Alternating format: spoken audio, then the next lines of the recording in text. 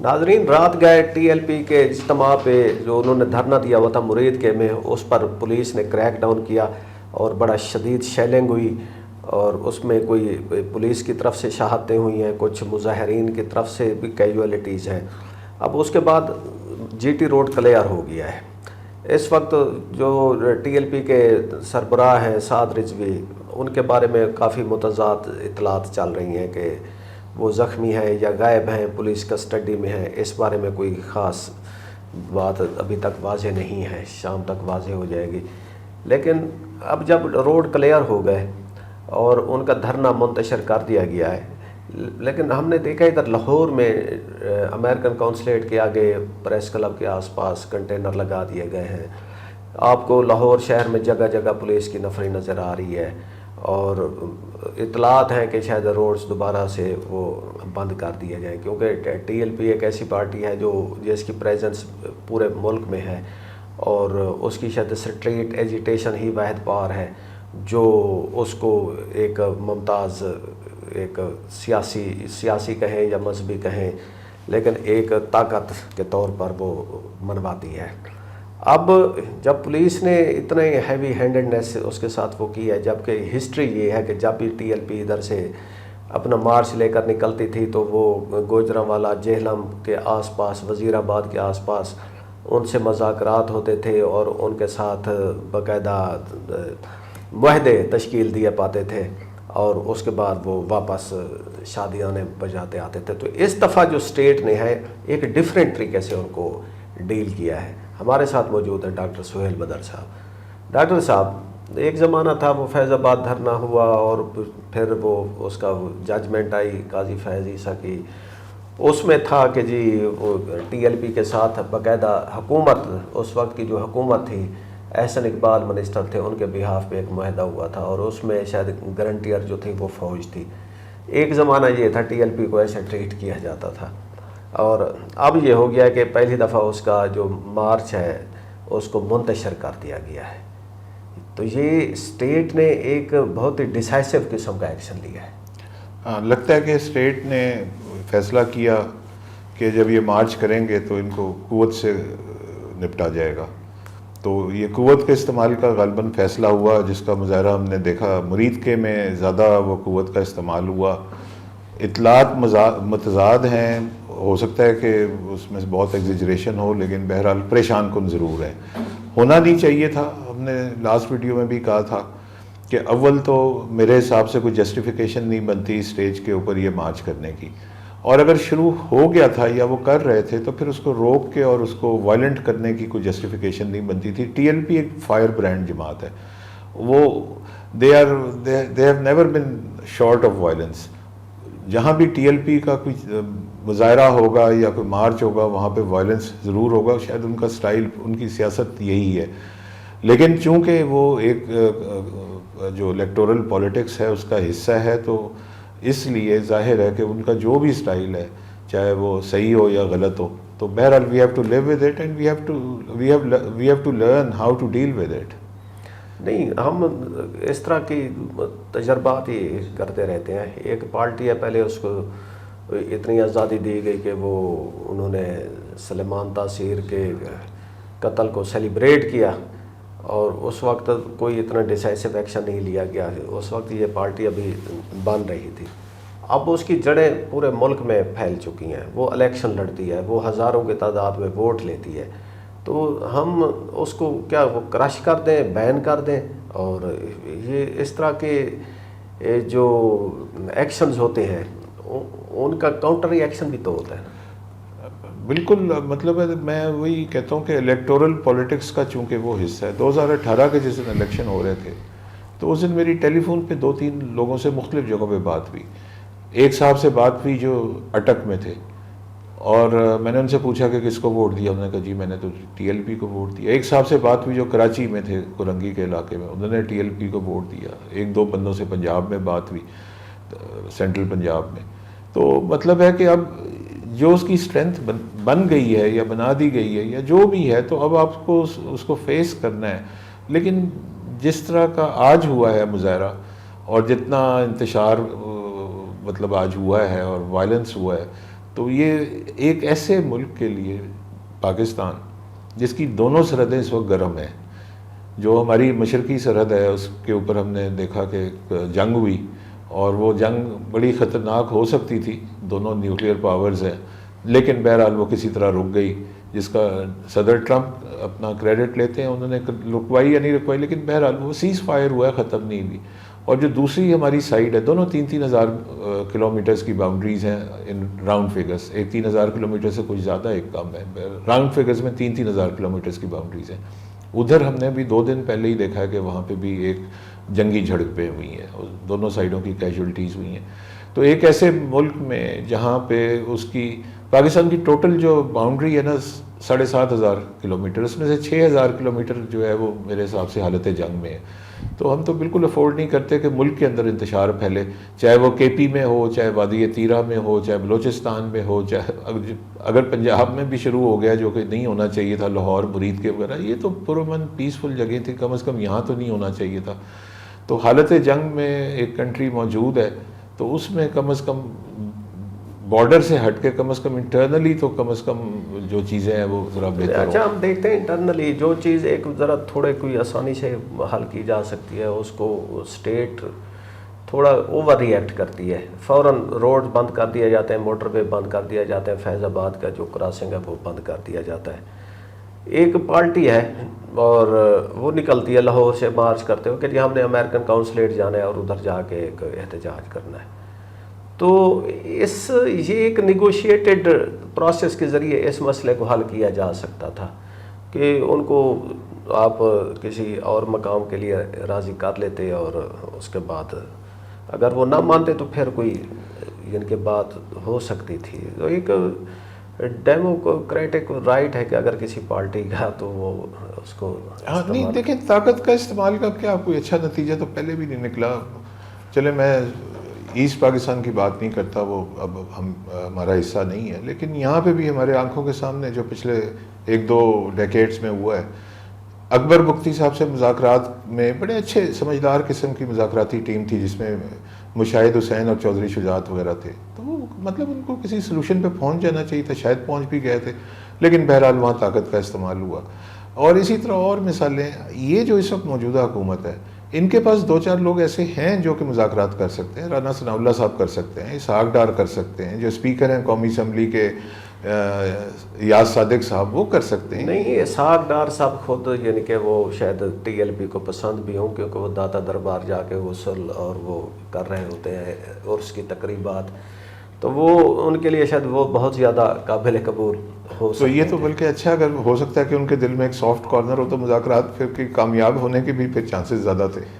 اچھا، یہ ایک بات عموماً کہی جاتی ہے کہ ٹی ایل پی جو ہے وہ ایک اسٹیبلشمنٹ کا لگایا ہوا پودا ہے۔ میں موسٹلی اس بات سے ڈیفر کرتا ہوں کہ کوئی بھی پارٹی جو ایک ماسز کی پارٹی بن جائے فار رائٹ ریزن اور رانگ ریزن، تو اس کو اسٹیبلشمنٹ کی جو پاور ہوتی ہے وہ ایک خاص حد تک ہوتی ہے کہ وہ اگر کسی کو یعنی کہ پروٹیکشن دے یا اس کا کوئی امیج بلڈنگ کرے۔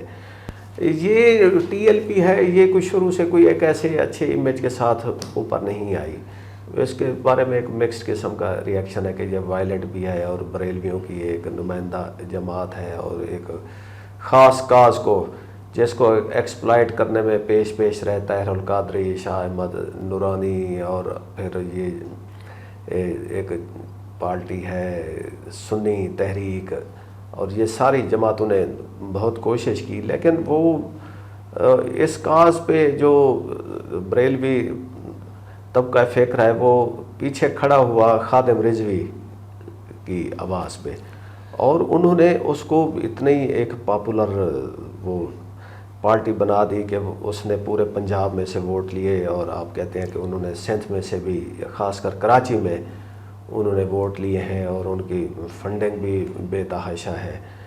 اب وہ پارٹی اس کی رائز کے اوپر ذرا میں آپ کا کومنٹ۔ اچھا، اس میں یہ سمجھتا ہوں کہ جو ان کا رائز ہوا، ان کو پتہ نہیں کسی کی سپورٹ تھی یا نہیں تھی، لیکن جو ان کا سٹائل تھا وائلنٹ سٹائل، اس کو رائز ملنا تھا۔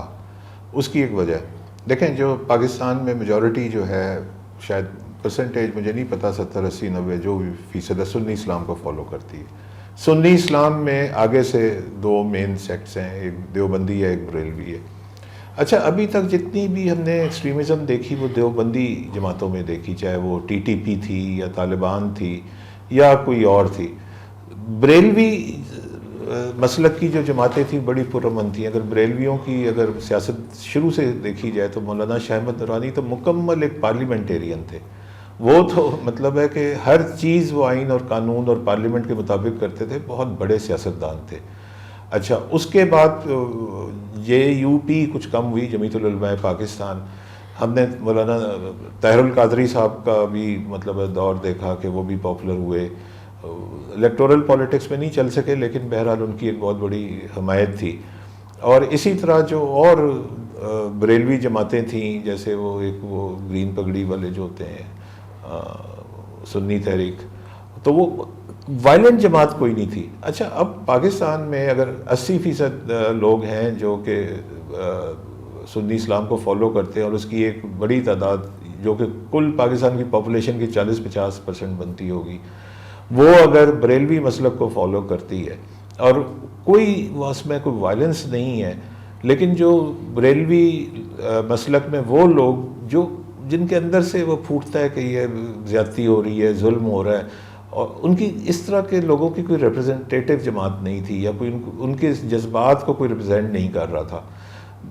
देवबंदियों में तो चले रिप्रेजेंटेशन हो रही थी तालिबान से, इवन और जमात इस्लामी के जो स्टूडेंट विंग है इस्लामी जमीयत तलबा, वो भी हमेशा से वायलेंस में रहा है। तो इस साइड पे कोई नुमाइंदगी वायलेंस, जिनके अंदर वायलेंट जज्बात होते हैं या लोग होते हैं जो ज़रा जारे मिजाज होते हैं, तो ये एक ऐसा वैक्यूम था बरेलवी सेक्ट में कि वो दानिस्ता और गैर दानिस्ता जो भी हुआ, बहरहाल खादिम हुसैन रिजवी साहब जो थे मरहूम, उनकी हाथ जो था उस नफ्स पे चला गया। और उन्होंने जब ये एक्शन लिया तो ऊपर से वो कुछ कैटलिस्ट भी होते हैं किसी चीज़ में। मुमताज़ कादरी का वाक़या हुआ, फिर उसकी एग्जीक्यूशन हुई। उस एग्जीक्यूशन के बाद ये जो था वो उन्होंने ये स्टाइल अपनाया, और ये मेरे ख़्याल में वो एक जो वॉइड था, जो एक वैक्यूम था बरेलवी साइड पे, वो उन्होंने फिल किया। इसलिए ये बड़ी तेज़ी से फैली और 4-5 साल में ये एक मुल्कगीर लेवल पे काफ़ी ये बड़ी हो चुकी है। बाकी वो जो एक इनके ऊपर एलिगेशन कह लें या इनके ऊपर एक राय कह लें कि जी ये किसी की पैदावार है, ये बात दुरुस्त भी हो सकती है, गलत भी हो सकती है। और अगर ये बात दोनों सूरतों में मेरा ख्याल है कि गुंजाइश मौजूद थी जो कि उन्होंने उस वैक्यूम को पूरा किया। मैं पैदावार के जो आइडियालॉजी है उसको इसलिए रिजेक्ट करता हूँ कि PMLQ जब बनी थी उसको बाकायदा बनाया गया, ठीक है, और अल्लाह ऐलान बनाया गया, उसको मीडिया की सपोर्ट, फंडिंग और हर तरह की उसको सपोर्ट दी गई और उसको पूरा 5 साल इक़्तिदार दिया गया, ठीक है। तो वो पीछे, और इन 7 सालों में एस्टेब्लिशमेंट उसके पीछे खड़ी रही। तो होना ये चाहिए था कि PMLQ जो है वो एक बहुत बड़ी पार्टी बन चुकी होती है इस वक्त, लेकिन हमने देखा कि 2008 के इलेक्शन के बाद वो तितर बितर हो गई और उसमें जो है ना वो किसी एक लीडर के पीछे भी नहीं रहे। अब वो 2 या 3 पार्टी मेंबर्स की वो जमात है। इसी तरह MQM के बारे में कहा जाता है कि जी वो एस्टेब्लिशमेंट की जमात है, लेकिन वो हमने देखा कि वो तो उनका टकराव फिर हो गया। तो आप कोई भी एग्जांपल ले लें जिसको कहा जाता है कि जी ये एस्टेब्लिशमेंट। अच्छा देखें, ये PMLQ की बिल्कुल सही मिसाल है। उसके अलावा पाकिस्तान की जो पूरी 78 साल की हिस्ट्री है, PMLQ के अलावा मैं सिर्फ 2 पार्टीज़ को समझता हूँ जो बिल्कुल मतलब बनाई गई। एक रिपब्लिकन पार्टी थी 50 की दहाई में, और एक अयूब खान ने अपने दौर में कन्वेंशन लीग बनाई थी। ये वो 2 पार्टियां थी जो कि बनाई गई, दोनों सरवाइव नहीं कर सकी। मतलब है बनाने वाला गया और साथ ही वो, क्योंकि उनकी आवाम में रूट्स नहीं थी। इल्ज़ामात तो बहुत पे लगते हैं, MQM पे लगता है, ठीक है। MQM इस्टेब्लिशमेंट ने बनाई या नहीं बनाई, लेकिन ये हकीकत है कि अल्ताफ़ हुसैन कराची में 80 और 90 की दहाई में एक इंतहाई पॉपुलर लीडर थे।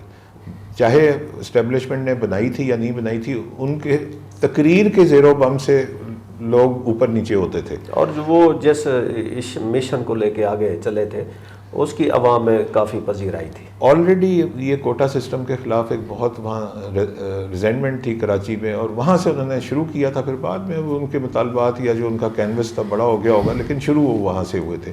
لیکن وہ ایک ایسا سلوگن تھا جو کہ لوگوں میں چاہتے. دوسری مثال، بہت سارے لوگ جو مخالفین ہوں گے وہ پی ٹی آئی کو بھی کہتے ہوں گے کہ وہ فوج کے بیساکھیوں پہ اقتدار میں آئی، لیکن کیا اب حقیقت نہیں ہے کہ اس وقت وہ پاکستان کی سب سے پاپولر پارٹی ہے اور 2-3-4 کروڑ مطلب لوگ اس کے ساتھ ہیں؟ تو اس لیے میرا خیال ہے کہ یہ اتنا اہم چیز نہیں ہے کہ ٹی ایل پی بھی اگر فرض کریں کہ اسٹیبلشمنٹ نے بنا بھی دی تھی، لیکن اسٹیبلشمنٹ کو پارٹی بنا سکتی ہے، اس کو ہر ایک گھر میں نہیں گھسا سکتی. تو ٹی ایل پی بھی ہر گھر میں گھس گئی ہے اپنے مسلک کے، اور کیونکہ میرے تھیوری کے مطابق اس میں وائڈ تھا جو کہ انہوں نے فل کر دیا. اور پی ٹی آئی بھی جو ہے وہ ایک بہت بڑی تعداد میں لوگوں کے گھروں میں اور دلوں میں گھس چکی ہے. تو یہ تو اسٹیبلشمنٹ نہیں کر سکتی کہ کسی کو اگر وہ اسٹیبلشمنٹ کے لیے یہ ممکن ہوتا، پاسبل ہوتا، تو وہ کنونشن لیگ کو یا ریپبلکن پارٹی کو یا کاف لیگ کو بھی لوگوں کے گھروں میں گھسا دیتی اور ان کے دلوں میں دماغ میں گھسا دیتی. ناظرین، اس وقت ہمارے تک اطلاعات پہنچ رہی ہیں کہ حالات کافی کشیدہ ہیں، اور اللہ کرے ہمارا ملک جو ہے ایسے بحرانوں سے نکل آئے تاکہ عوام جو ہے وہ کوئی ترقی اور سکون کا پھل کھا سکے. ہمیں اجازت دیجیے. خدا حافظ.